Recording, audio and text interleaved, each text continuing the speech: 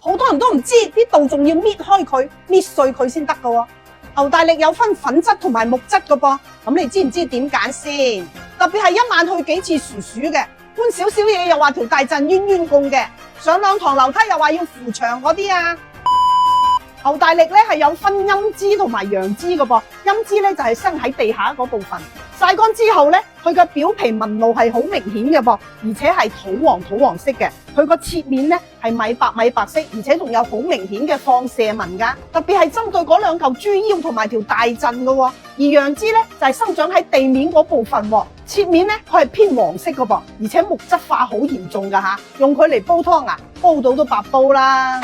好多人用稻種嚟煲湯啊，佢都唔識得做到呢一步噶噃。其實啊，要搣開佢嚟煲下，入邊嘅絲啊先係好嘢嚟噶。稻種咧又叫樹中黃金喎，尤其針對嚿豬潤同啲較位噶噃。揀嘅時候咧，我哋要揀3至6毫米厚噶吓，而且佢嘅內皮咧係紫地色噶噃，呢種先符合要求噶嘛。將佢搣開咧，入邊嘅白絲啊越多越好啊。煲湯如果唔搣開啊，作用少一半噶。用嚟煲湯嘅黑豆咧，一定要揀6芯。6芯嘅黑豆咧係針對我哋2嚿豬腰嘅。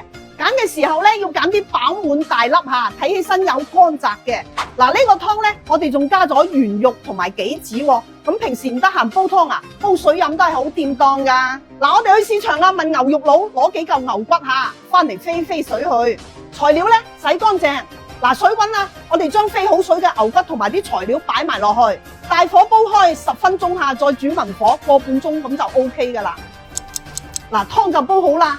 啊，你睇下有黑豆啊同埋稻種帶出嚟嘅啡地色喎，飲落去咧有牛大力嘅奶香味，仲有圓肉嘅甜味喎，正啊！嗱，呢個湯咧，你哋唔好以為係男人先飲得喎，女人一樣飲得噶。尤其一晚去幾次廁所，搬少少嘢啊，又扶晒牆，仲話條大陣唔妥嗰啲啊。大骨靚湯，飲完唔使化妝。